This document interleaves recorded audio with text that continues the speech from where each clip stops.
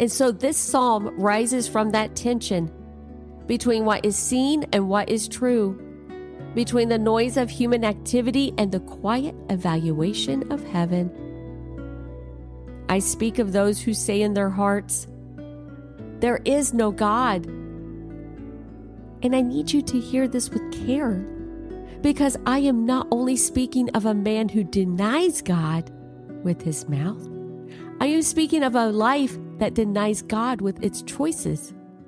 I am speaking of the kind of practical atheism that can live in any age, the kind that treats God as irrelevant, the kind that pushes him to the edge of life, the kind that makes decisions as though the Lord does not see, does not judge, does not rescue, does not reign.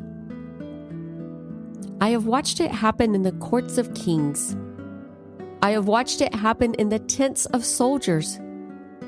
I have watched it happen in the quiet corners of ordinary homes. A man begins to believe he is accountable to no one. A woman begins to believe she is her own refuge.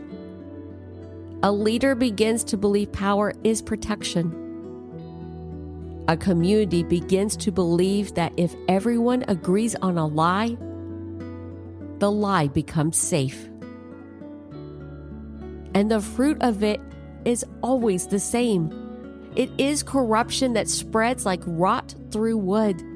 It is violence that rises like heat from sun-baked ground.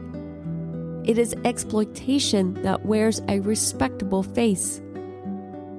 It is the poor being devoured, not always with teeth, but with systems, with indifference, with the slow cruelty of being unseen. It is the righteous being mocked, not always with laughter, but with dismissal, with isolation, with the quiet pressure to compromise. If you have ever looked around and felt that same grief, if you have ever watched the world and wondered, where is God in all of this? Then you are not alone. This psalm is not written from a place of naive optimism.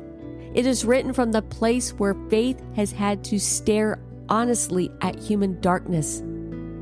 It is written from the place where the Lord's people have had to endure the taunts of those who think righteousness is weakness.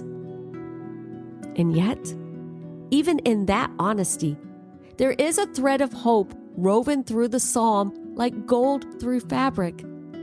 Because I do not write as a man who believes evil is final. I do not write as a man who believes God is absent.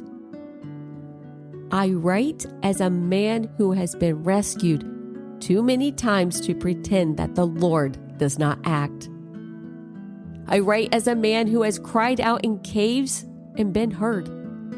I write as a man who has wept in the night and found that mercy still arrives in the morning.